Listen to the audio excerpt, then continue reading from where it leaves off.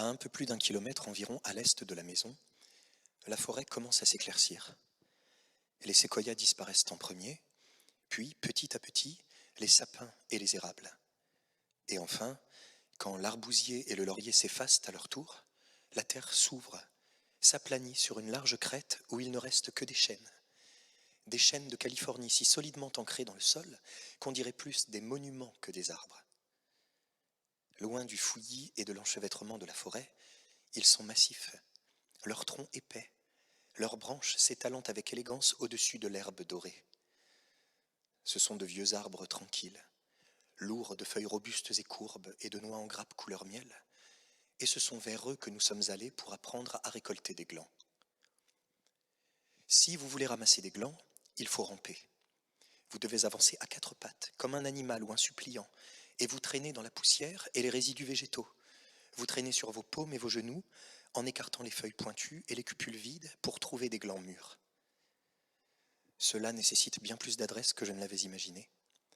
Hier, j'ai ramassé un plein sac avant de m'apercevoir que même le plus petit trou de la taille d'une piqûre d'épingle dans le gland signifie qu'il y a un asticot blanc qui se tortille à l'intérieur. Ce matin, j'ai dû inspecter chaque gland pour voir s'il était troué avant de le mettre dans mon sac.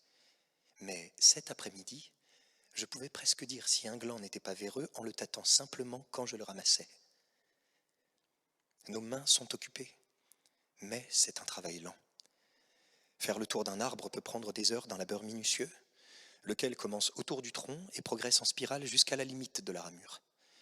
On a chaud et on est couvert de poussière, on a mal au dos et aux genoux. Mais il y a un rythme à prendre, lent et rêveur. Au bout d'un moment, c'est presque une prière. Les grillons chantaient comme si la journée elle-même respirait, un chant inhalé et exhalé dans la chaleur, se dilatant et se resserrant et revenant sur lui-même en décrivant des cercles. Parfois nous avions droit à la faveur d'une brise. Haut dans le ciel au-dessus de nous, trois vautours tournoyaient et montaient en flèche si élégamment qu'on aurait presque pu me persuader qu'il y avait quelque chose de sacré dans le fait de manger des charognes. Pendant longtemps nous avons travaillé en silence, remplissant nos sacs en toile et nos têtes d'oreiller. Lorsque le soleil a été au zénith, tous nos récipients étaient bourrés de glands. Adossés contre le tronc du chêne sous lequel nous avions trimé, nous avons mangé des œufs durs et des pommes en contemplant les collines silencieuses, desséchées par le soleil.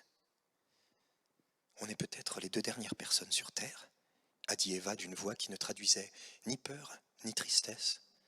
J'ai hoché la tête un peu rêveusement et j'ai répondu sur le même ton, oui, peut-être.